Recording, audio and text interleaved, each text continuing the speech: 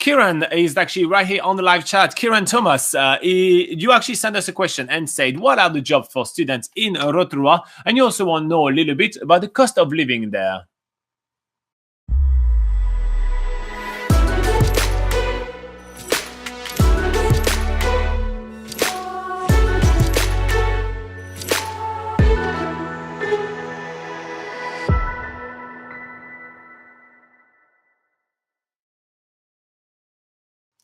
All right. So, Rotorua jobs for backpackers and students are plentiful. Let's be honest, there is really a lot of job because it is quite a decent sized city in the central North Island. And on top of that, Rotorua is a massive tourism area. So, because of that, there is a ton of hospitality and retail jobs. Now, retail jobs, there is a massive range of jobs that you can do in retail. You can be a salesperson in a shop. You can be refilling shelf, in a supermarket. You can be working in a warehouse, preparing and packing orders. You can be doing deliveries from shop to shop. So there is really a wide range of jobs, and usually it's as wide even as how many shop there is. It can be in a supermarket, it can be in a fashion store, it can be an electronics store, and so that allows you to kind of find a job there which is a bit more aligned with your interests. Like, for example, if you're really into tech, you may want to work in a tech shop. If you're really into fashion, you may want to work in fashion. And if you're really into doing groceries, you may want to work in a supermarket. Everyone's into doing groceries, right? I mean, everyone's got to eat. So yeah. I mean, everybody loves that baking section, isn't it? All right, so that's for retail jobs. Now, hospitality-wise is really where Rotorua kind of shines. There is so many hotel, motel, cafes, and restaurants. Literally, I feel like half the town's building are either a hotel, motel, or cafe or restaurant. It's a super touristy town. So it's so touristy that it is a breeze to find a job. So now, same thing, the jobs are super various, like extremely various. In hotel, motel, you can be working as cleaner, you can be working at reception, you can be working as night auditor. That's basically the person at reception at night, which just sits and waits for someone coming back drunk and walk them to their room, or someone checking in late. You can be a valet in selected hotel as well, and you can work any of the attraction as well as front desk staff, basically. So there is so many of those jobs in the hospitality industry.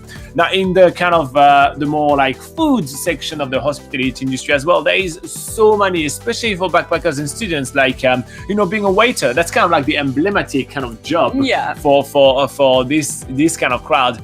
Now, one thing that you have to remember when being a waiter in New Zealand is that tipping is really not customary here, and a lot of people know that. So unlike if you were to work in Canada or in the US, you can't just rely on tips. Your wage is probably going to be what you're going to earn.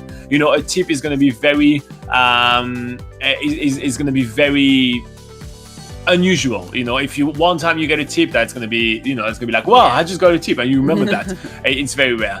But there is also all the back end of the food kind of industry. So you can be cook, you can be a kitchen hand, you can be a busboy, a dishwasher. There is a lot of jobs like that as well, which is very how do you say? Very easy to get. It's not a job that requires a ton of qualification, so it's rather easy jobs to get. Now, there is also a lot of job in farming and picking, especially when you drive up north a little bit toward Tauranga. Do you want to talk about that a little bit, Laura? So just although Rotorua is a city, it is absolutely surrounded by farming and agriculture.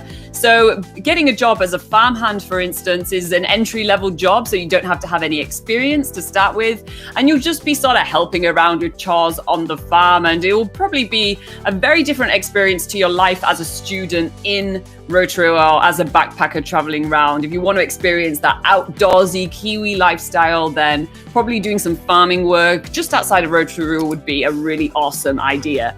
Alternatively, there's a lot of picking jobs around. You might have to drive a little bit further out of Rotorua, but that's a good excuse to see more of the country, right? And especially more towards Tauranga.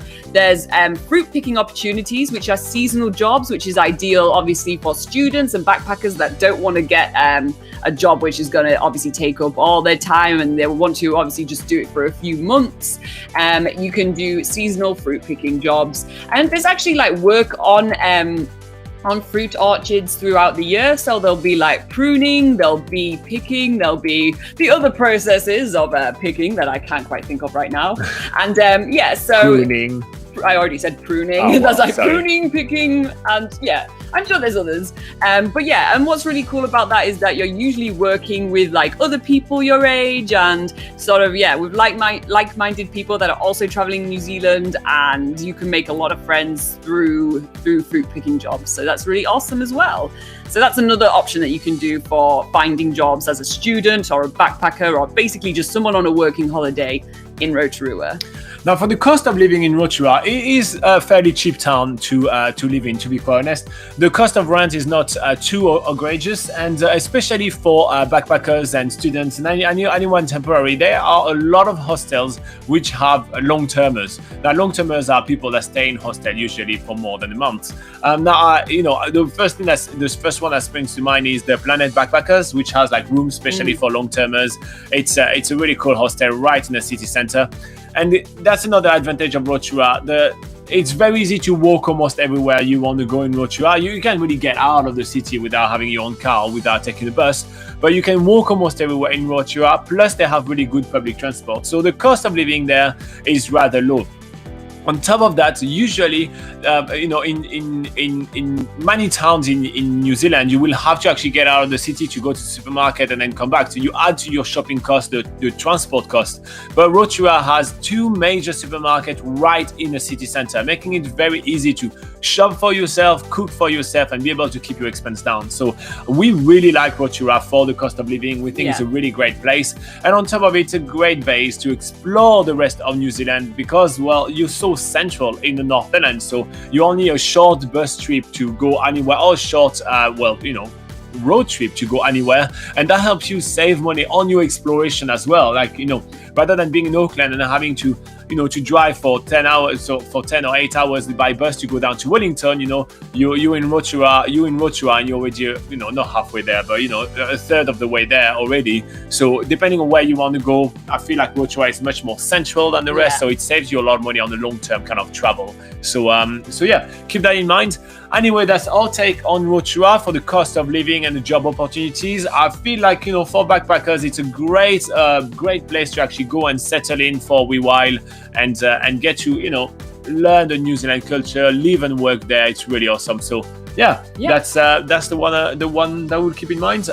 Any questions, any follow-up in the comments below. If you like and subscribe, that's always helpful to us. So if you guys can click that lovely button, that'd be amazing.